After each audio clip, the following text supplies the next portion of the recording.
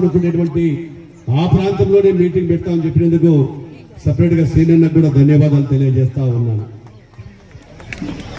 ఒక నాయకుడు అభివృద్ధి పట్ల, ఒక నాయకుడి పట్ల అంకిత భావం, ఈరోజు మా నాయకుడు చల్లగా ఉండాలి, ఆ నాయకుడు బాగుంటేనే ఈ రాష్ట్రం బాగుంటుంది, ఆయన బాగుంటే మేమంతా కూడా బాగుంటాం, ఆయన ఆనందంగా ఉండాలి, ఆయన ఆరోగ్యం బాగుండాలి, ఇంకా 10 కాలాల పాటు జీవించాలి, సుఖ సంతోషాలతో ఉండాలని ఈరోజు ఆయన వేడుకలను నిర్వహిస్తూ ఉన్నారు. అదేవిధంగా హోమాలు నిర్వహిస్తూ ఒక నాయకుడి పట్ల అంకిత భావం కలిగినటువంటి శ్రీనన్న కూడా అభినందనలు, శుభాభినందనలు తెలియజేస్తా ఉన్నాం. ఇక అభివృద్ధి చూశారు. 5 సంవత్సరాల కాలం ఏ విధంగా ప్రభుత్వాన్ని పాలించారు. నాడు ప్రజలను ఆ రోజు వైఎస్ఆర్ పార్టీ నాయకులు ఏ విధంగా హింసించారు. రాష్ట్రాన్ని బాగుండే రాష్ట్రాన్ని ఒక్క ఛాన్స్ అని అధికారంలోకి వచ్చి ఆ ఒక్క ఛాన్స్తో స్థానంలో కూర్చున్న తర్వాత, ముఖ్యమంత్రి అయిన తర్వాత ఆయన నిజస్వరూపం చూశారు ప్రజలు. మొట్టమొదట 10 రోజుల్లోనే విధ్వంసంతో మొదలు పెట్టాడు. ఆ రోజు విధ్వంసంతో మొదలుపెట్టి ప్రజావేదికను కూల్చాడు.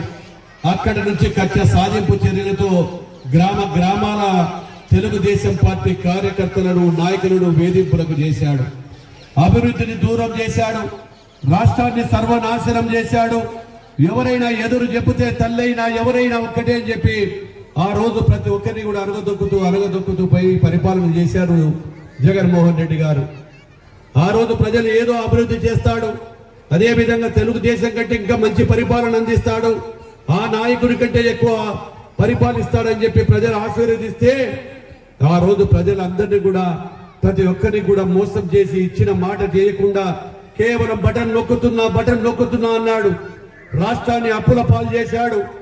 అప్పుల పాలు చేసి ఈరోజు మనకు ఎక్కడికి వెళ్ళిన అప్పులు మిగిలాయి. రాష్ట్రాన్ని నిర్వీర్యం చేసి అభివృద్ధి బాట లేకుండా చేశాడు. ఈరోజు మనం అధికారంలోకి వచ్చిన తర్వాత మళ్ళీ అభివృద్ధిని, సంక్షేమాన్ని 2 కళ్ళతో ఈరోజు చేస్తా ఉన్నాం. ఇచ్చిన మాట ప్రకారం సూపర్ 6 పథకాలను అన్నిటిని కూడా అమలు చేశాం. అదే విధంగా రాష్ట్రంలో అభివృద్ధి మరిచిపోయినటువంటి పోలవరాన్ని పరుగులు పెట్టిస్తా ఉన్నాం. ఎక్కడో పక్కన పెట్టినటువంటి పోలాన్ని